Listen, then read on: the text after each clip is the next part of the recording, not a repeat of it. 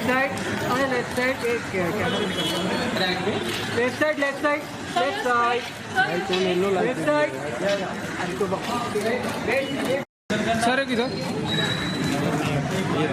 Thank you. एक minute Sir, can you set up?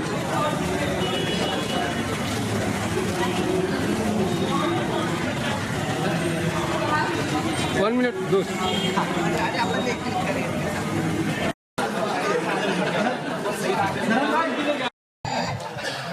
But it's an absolute honor to call up on stage one of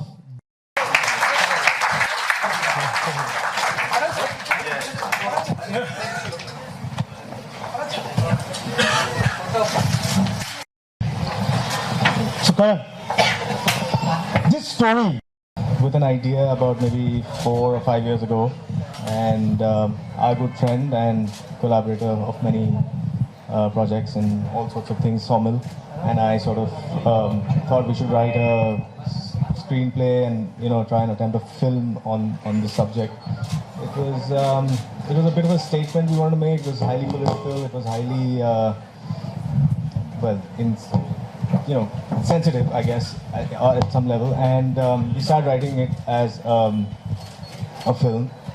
We got pretty far, and then 2014 happened, and the government changed, and the country changed, and somehow we just knew that this film is not going to get made anytime soon.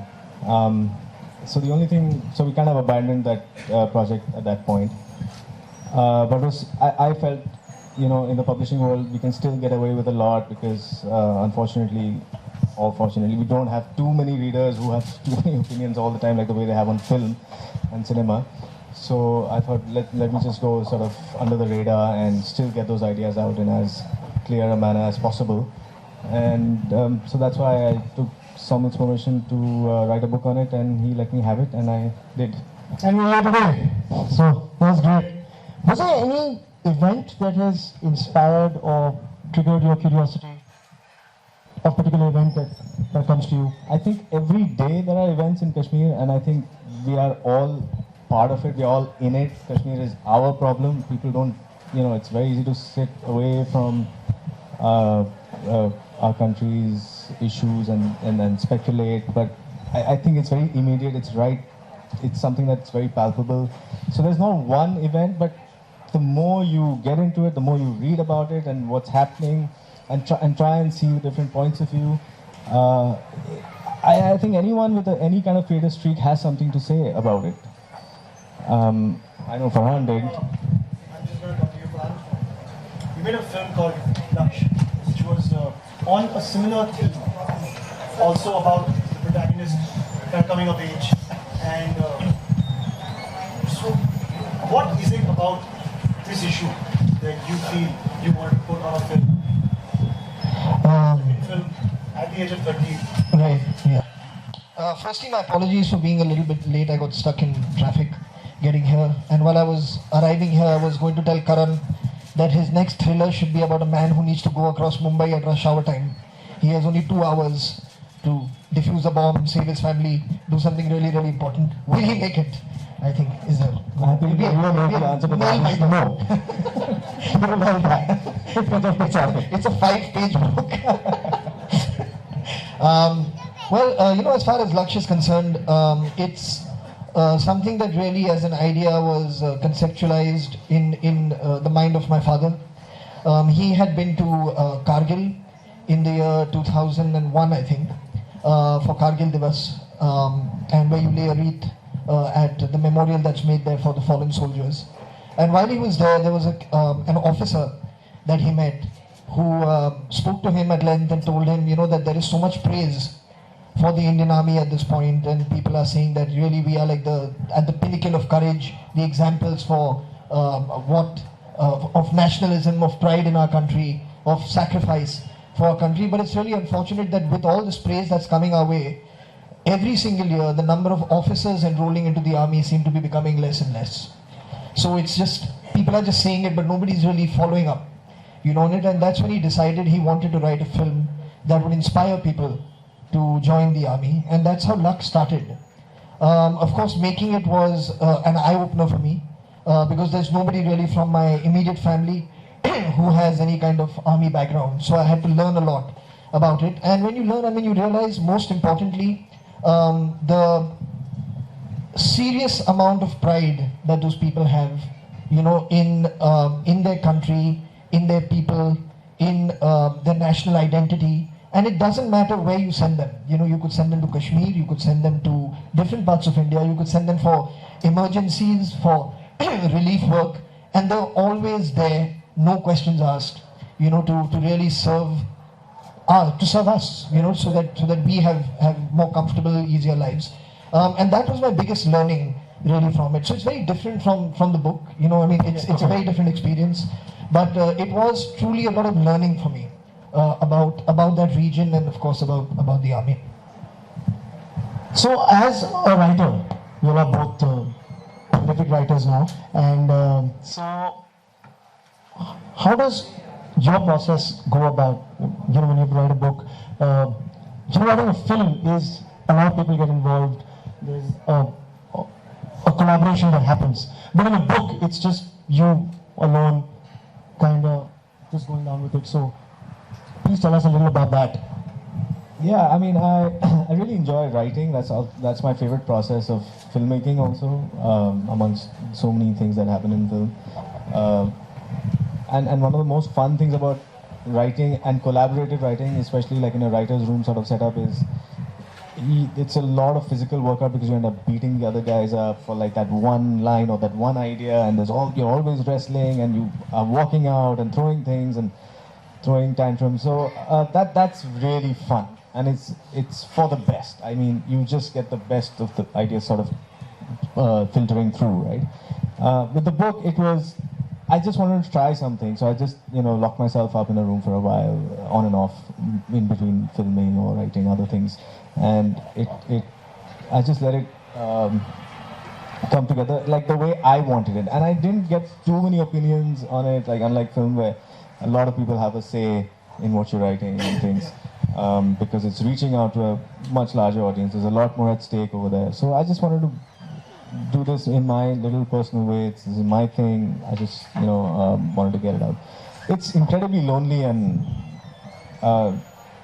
and you're just tearing yourself up, and you have a lot of self-doubt sort of creeping in at every moment. I think lots of writers here, so they know what I'm talking about, and you know, you just have to go with it. Sorry, but if I may add, you know, I feel like as lonely as the process is physically, you're never really alone, you know, because you're constantly with the characters that you're writing. And like you said, I mean, like you argue with, if you're working with co-writers, you argue and you debate with them. Similarly with characters when you're writing, you know, the same thing happens even with that, because at times you'll write stuff and then you come back the next day and, you know, you read a page, you know, like, yeah, what is this?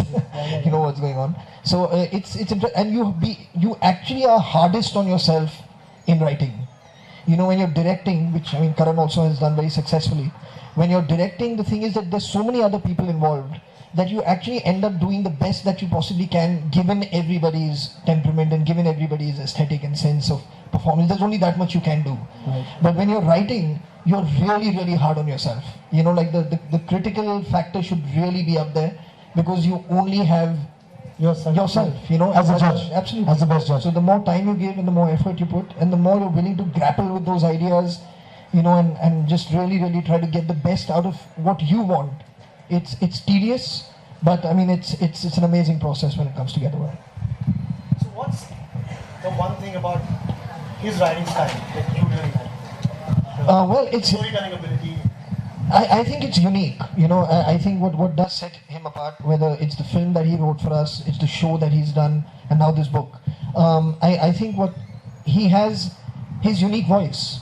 You know, and I think that's the most important thing that you can look for in any kind of creative force. It's very easy to write scripts that are doing the rounds right now. You know, aaj love stories chal rahi hai, come on, let's write a love story. Now thrillers are working, chalo, let's write a thriller. Comedies are the flavor of the season, let's get, you know what I mean? It's very easy to do that. Good and bad is a separate issue, but it's easier to do it because everyone's doing it. You know, so you can fit in more easily. But if you're choosing to do things that are different from what is happening, and you know that there is a certain risk involved, And when that risk does pay off, like I think on a huge level, when they came to us with Inside Edge, and the story that they had created, it was very risky, and we knew that there'll be certain feathers that might get ruffled along the process of doing it. But there was a serious belief in the material that he had written, and he had a vision for how he wanted to make it. And the writing was something that you don't get to read in at least in the Indian web series or TV series context. So that bravado, and that unique style, I think, is definitely his USP for writing. Mike's kind of got Oh, thanks. but no, it's okay. So Karan, this actually started off as a film script, and would you ever like to make a film out of this, or would you want to do a series out of it? Yeah, right now I'm super disillusioned with the whole film scene. Sorry, but it's. I just enjoy this whole series thing a lot. It's like why tell a story in 2 hours when you have 10 hours to develop your characters, and they don't even have to go from like a start to an end, and then all films sort of follow some kind of formula, whether it's like a setup and then you have a crisis coming in, you have a resolution, and then you have a climax. So none of that applies in a series. Yeah, and then you have to do many things around it, like like put in songs and things like that. Not always, but the bigger the film, the more safe I think you have to be with it.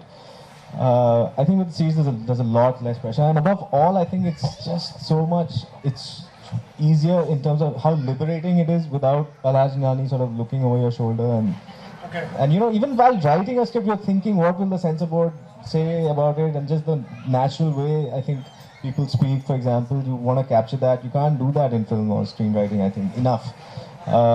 So there's a certain template that goes into filmmaking because of many extraneous factors that should not be there in the first place, especially with censorship, and I think that, well, so far, there's none of that happening. It's not happening. So yeah, so any day I think a book like this would make a very interesting series, like in the Homeland kind of space. Alright. Yeah. Farhan, which are the few shows that you really like abroad, and what's the kind of series? Which are the shows that I like abroad? Well, I've been watching many over the years. The one that I've recently watched and I've enjoyed very much is Mindhunter. Yeah, that's the one I've just kind of finished the first season watching that. So that's the most recent one, I think. So, I thought the end of the book was lend itself to a sequel organically. So, what's the plan there? Is there a sequel? There is no plan. There's never a plan. I smell a franchise. we have this conversation at the end of every film.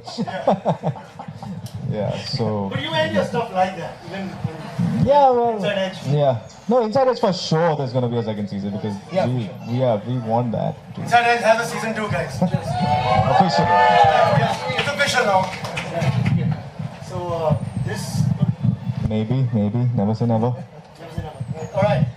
So, right, I have to do this. I have to do this. Farhan's right now. Please don't sit rapid fire. So, we have a little thing which is written for the book, which I'm going to read out as a trailer for a movie. And I'm just going to do it in a. I'm just going to say it, okay? Kashmir Rama's quest is to answer that one. I think, but I don't know. All right, sorry. I don't know what that sounded like. I have no clue what that sounded like. I've never heard that voice before myself. All I can say is that you didn't need to wait for me. You could have started.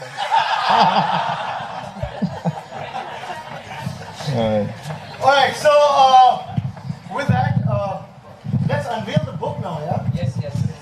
Kind of weird. Yeah, now unveil an actual book. Okay. We're gonna have you. Oh, we can move that.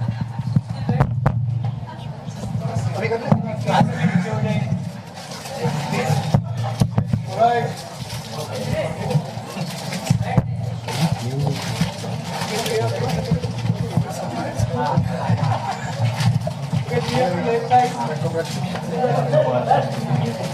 A big round of applause, ladies and gentlemen.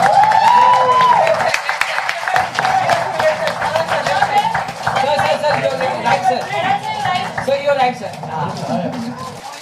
The left side. Left side. Sir. on the left. Okay.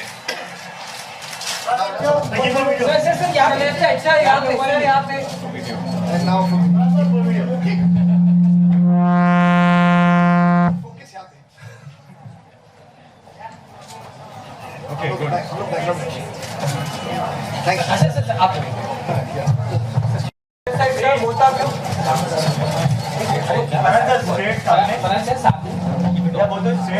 क्यों left side Okay. Thank you.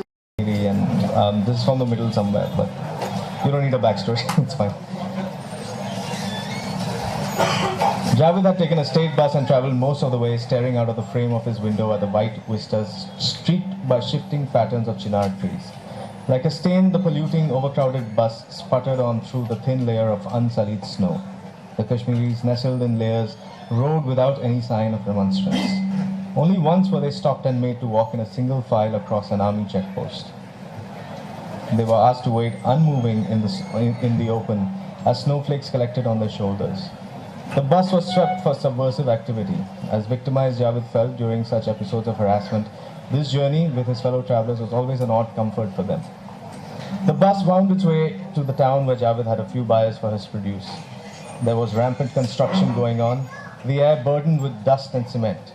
He sought out his destination, a dairy shop in the main market run by an old enterprising Punjabi businessman. Gulshan Singh had come on his honeymoon in the 70s and astonished by the sheer beauty of Kashmir, had stayed back and set up shop in Baramulla. Until the late 1980s, his luck was flourishing. He had a network of stores across Kashmir, but the rise of militancy had decimated his business to a single outlet. Javed was turning the corner when he spotted his son's older friend Shaukat smoking at a tea stall. Their eyes met. Shaukat stood up in a reflex action of respect and threw down his cigarette. Javed smiled and indicated for him to wait, that he would see him in 5 minutes. Shaukat nodded and sat down with his two companions, who Javed recognized as teachers from a local madrasa. Gulshan Singh greeted his goat milk supplier with tired eyes and a raspy voice. The variety of his turbans, one hue of the rainbow for each day of the week in his early years, were now restricted to gloomy shades. His shop had remained unchanged for 2 decades. The stainless steel containers for milk and the large brass trays for curd were as shiny as always, but his walls had decayed at a pace invisible to him and his regular customers, much like his smile that was now stockaded by wrinkles. Javed Saab, you've been missing. I haven't seen you since Friday. 40 years, and he hadn't lost his accent. Khurram, my son, he's not well, and Javed brought out his produce. He didn't need to vocalize the rest of the thought. It was self-explanatory in the amount he had to proffer. Gulshan Singh looked up with surprise. Is this it? For this week, yes. I need to keep some in stock for Khurram. But this will hardly be enough for 3, maybe 4 customers. The shopkeeper weighed the milk and transferred the contents to his drums. Then he took out his creaking, rusting money box and rummaged in it for some currency and coins. Javed acted as if he trusted the amount he pocketed, but attempted a quick mental calculation. It was less than 100 rupees. Javed bhai, I hope we can have more next time. Yes. Javed's expression betrayed him. Gulshan Singh regretted his reproach. At the tea stall, an unpainted brick hole in the wall, Shaukat waited for his friend's father on the only bench available. When he spotted him, he reached over and picked up 2 steaming cups from the counter. Javed gratefully accepted it and took a seat. He looked around. The stall owner had his nose buried in the Urdu newspaper as a folk program played on the radio. There were no other patrons. Yes, Chacha. I want to tell you something. Once again, Javed scanned for flies on the wall. He nodded. It was tragic. The army bastards. I'm sure he wasn't. You know that's not what I'm referring to. Javed was stern now, losing patience. Asking him to make himself useful and what.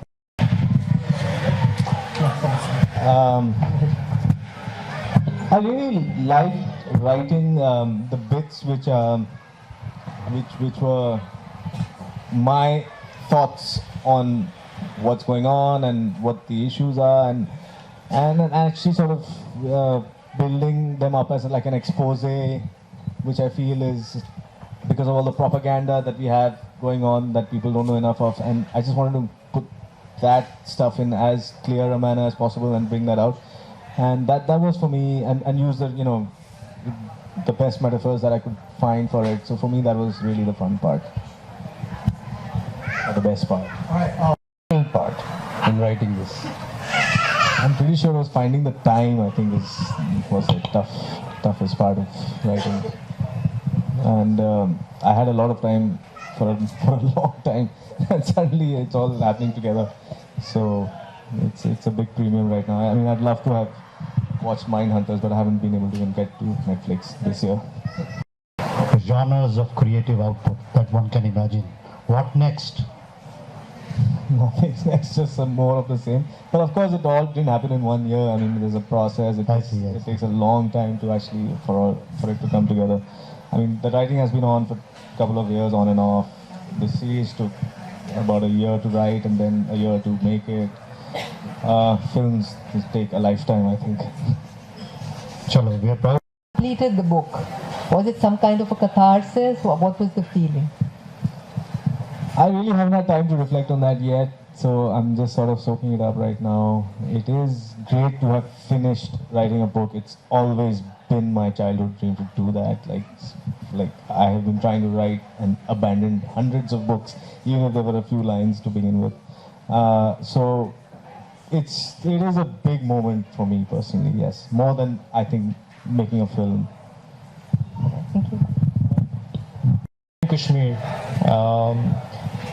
Is there something you'd like to share that you experienced there that the rest of us probably never will, you know, having spent the time there, the inside edge, so to speak? Well, when I was researching the book and I was in Kashmir, I met lots of interesting people. Like, besides the usual thing of interacting with the common folk and hanging out with them as much as possible, I also try to break into the upper echelons of political circles and, you know, people who are connected with the politics of it and who sort of have run the state, so to speak. Like, and that was amazing for me. Like that's like, you know, we kept at it. Like I went with a colleague and, you know, just trying to get information out of them in as subtle a manner. And then finally, like we spent a couple of weeks, and finally at the end of it, it all sort of came pouring out one evening. And that really forms the core of what the philosophy is of the book, which is like the expose I was talking about, in a sense, where I just feel that, anyway. So there's many things we learned in that journey, like the kind of corruption that goes on, and the levels of that we are, you know. So it is as bad as we imagined. It's much worse. मेरा question आपसे है, like he's already announced कि Inside Edge का second season भी बन रहा है, so कब start हो रहा है, कब process start होगा? The writing is still going on, but it'll start very soon. They are currently busy with another series as we speak. तो पहले वो हो जाए, and but it's in the wings. It is being prepared. So I mean, I would imagine at some point next year that they will start filming that. तो जानना चाहूँगी, ऐसा होता है जब भी कोई book launch होती है तो उस पे based कोई film भी बनती है mostly. तो क्या आप इस book पे कोई film बनाना चाहेंगे? अगर मौका मिले आपको तो? यार इस बुक पे इन्होंने खुद फिल्म नहीं बनाया, मुझसे पूछ रहे कि मैं फिल्म बनाना चाहूँगा. हाँ, अगर मौका मिले, लेकिन ये बिल्कुल सही कहा उन्होंने कि मतलब जो इस वक्त जो एक आज़ादी है क्रिएटिवली कि आप वेब सीरीज़ पे बना सकते हैं चीज़ें, वो इस वक्त फिल्म में अनफॉर्चुनेटली नहीं है. और बिल्कुल सही कहा कि ऐसा होना नहीं चाहिए, क्योंकि एक अच्छा रेटिंग सिस्टम होना चाहिए. लोगों को लगना चाहिए कि what kind of audience is suitable to watch a particular kind of film. तो hopefully जब वैसा एक माहौल create हो, then people will be very encouraged to make more and more stories and tell stories that have more courage, are more brave. So I do completely agree with him about this. और अगर ऐसा ही वक्त है तो मैं क्या, मतलब ये खुद बनाएंगे. Hopefully I'll be producing it for him. Yeah, I mean, if you take a near fictional character like Padmavati and the kind of controversy that's happening around it, which is such a non-controversy, it's nothing. It's just like, what's the big deal about something like this? And look at what's happening around us for something that happened 1,000 years ago. What will happen if you go and get into a controversial thing about a current subject?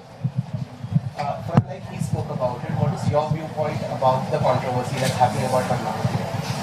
Farhan, also adding to that, and as Durga, they have been pulled out by the IMD ministry, which they were supposed to be screened at 15. Right. You know, I've said this. This is not about just those two films or just about the film that you mentioned. This has happened in the past with many films, and every single time it's happened. I mean, I have spoken up very openly and said that it should not.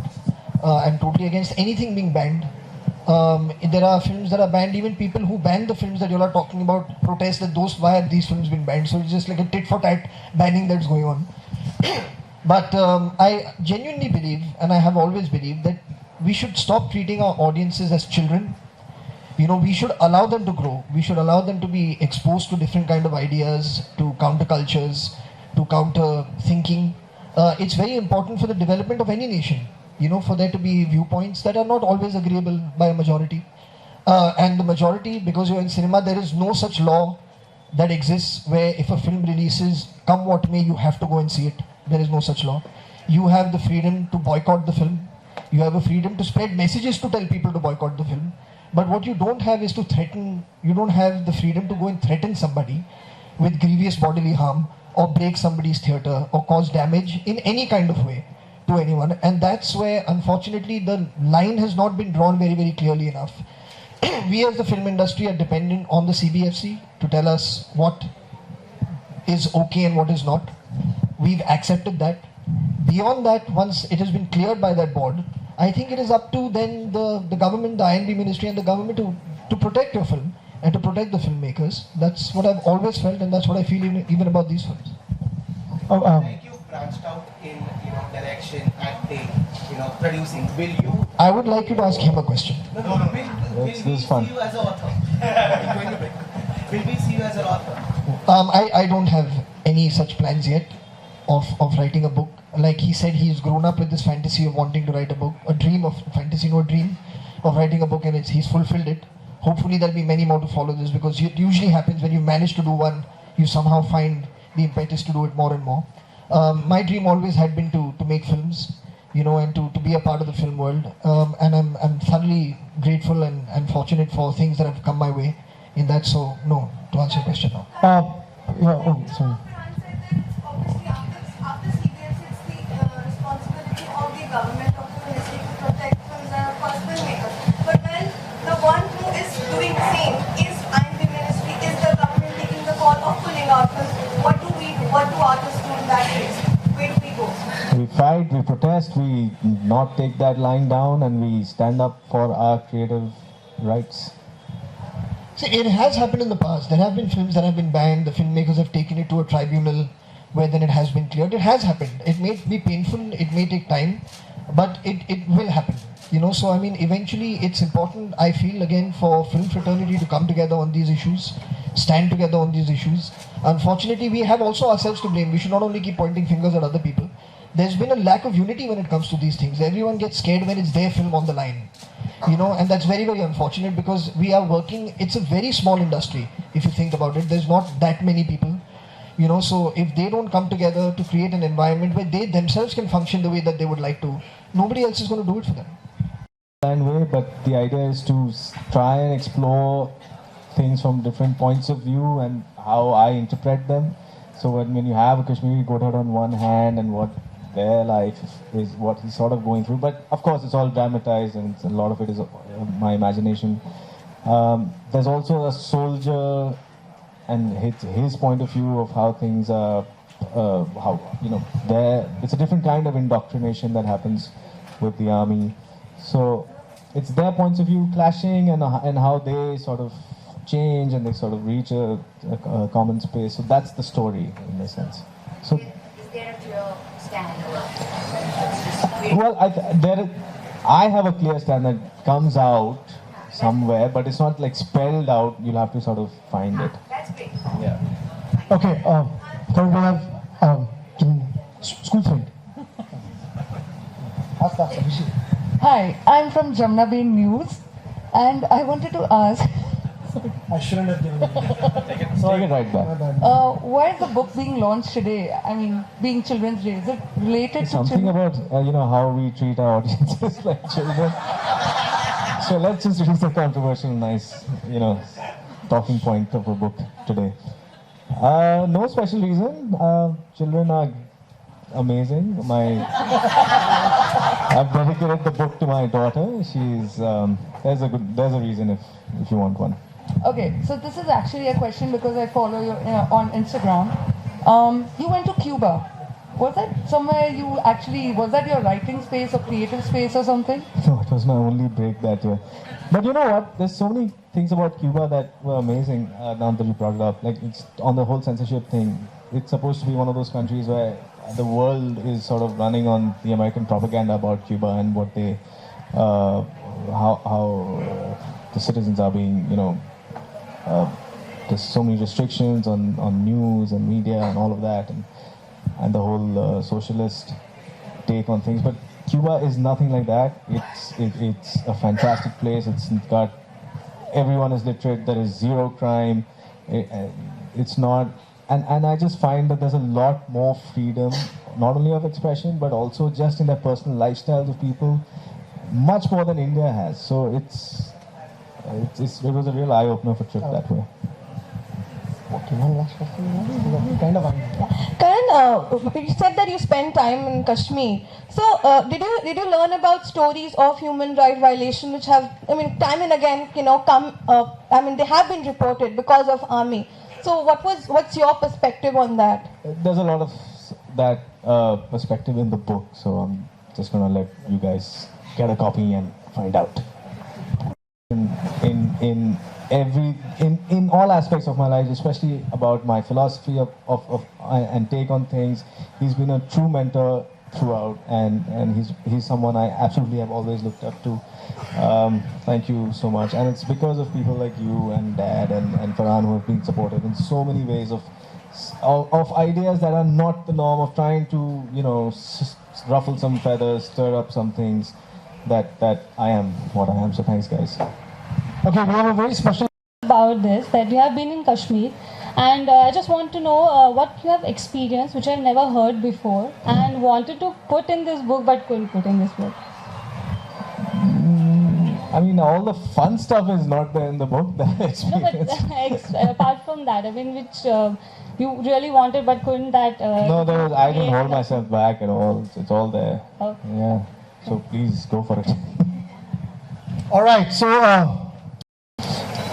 Yeah, I think facts are great, but everyone knows what happened. So my opening chapter, for example, it has Hari Singh signing over Kashmir to India in what is a 2-page document. It's amazing, this document, if you guys haven't seen it. It's just like typewritten with 2 pages, and it says I, and there's a dash. It says like Hari Singh, Maharaja, so and so, hereby.